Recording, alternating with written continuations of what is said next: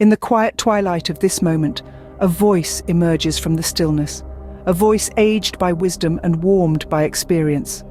I'm here to share with you a tale woven in verses, a tale of divine goodness. Poetry, my dear friends, is the language of the soul, and words are its melody. As the enchanting whispers of our chorus begin to stir, let them carry you into a world unseen.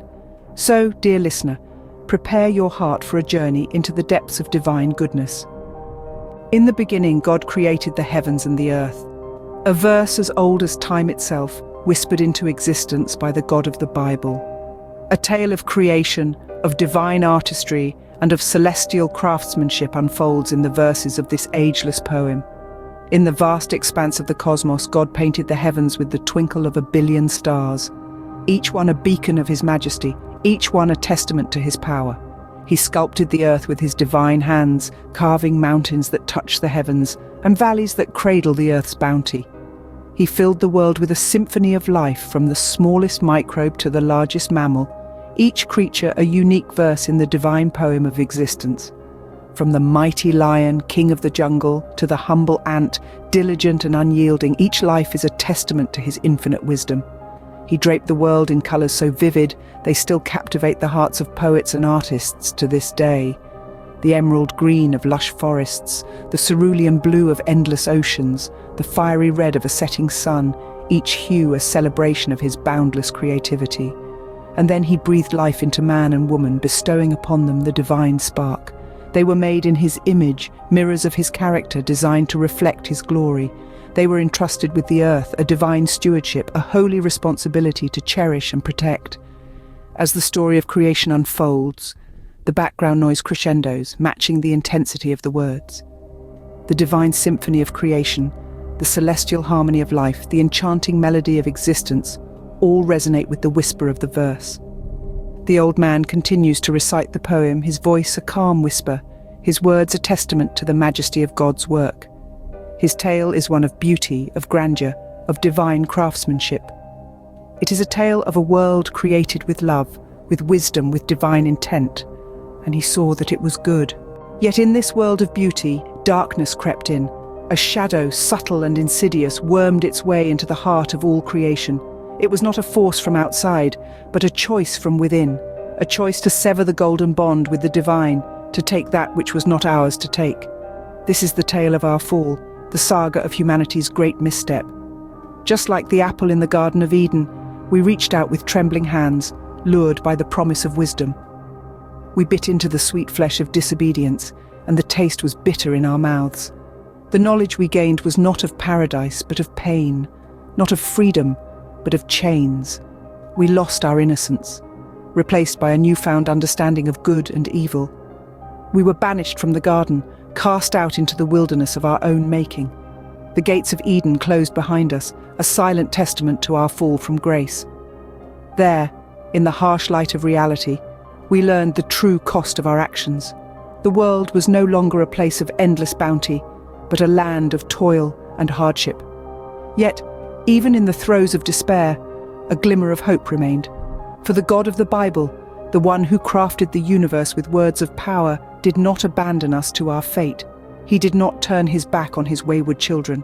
Instead, he reached out with open arms, offering forgiveness, offering redemption.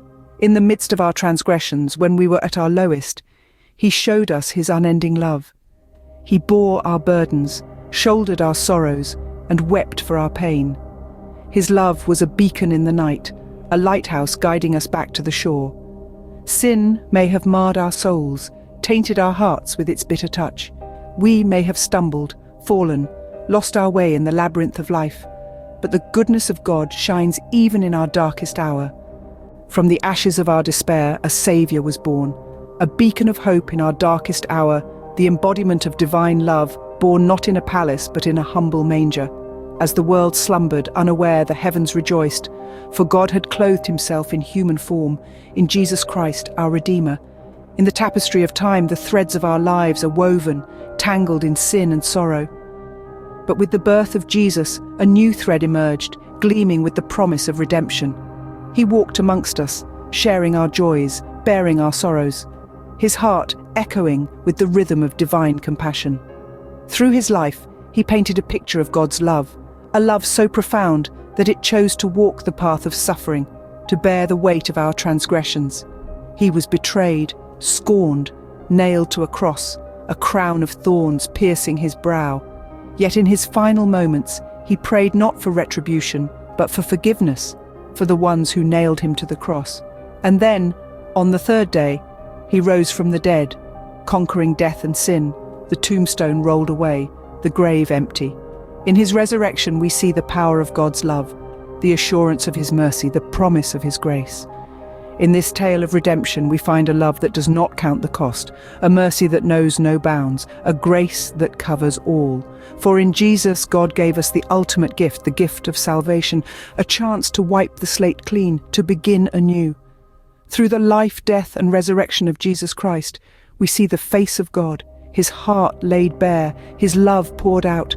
We see the lengths he would go to save his creation, the depth of his love for us, his precious children, and so through him we find the goodness of God. So ends our journey, yet the story of God's goodness continues. As we draw the curtains on this poetic narrative, let's take a moment to reflect on the poignant verses we've shared. We've traversed the breadth and depth of God's goodness, from the grandeur of creation to the whisper of redemption. This journey through verse has been a testament to the infinite love and grace that underpin the tapestry of our lives. God's goodness isn't merely a theme in an old man's poem, but a living, breathing reality. It's the sunrise that bathes the world in hues of hope every morning, the breeze that whispers assurance through rustling leaves, the rainfall that nurtures life in its every drop. It's a symphony that resonates in the quiet spaces of our hearts, a melody that hums with the rhythm of our existence. In the verses of life, may you continue to seek and experience this divine goodness. May you find it in your joys and your sorrows, your triumphs and your trials, your solitude and your togetherness. And as you do, may you become a verse of goodness in the grand poem of life, resonating with the divine melody that echoes through eternity.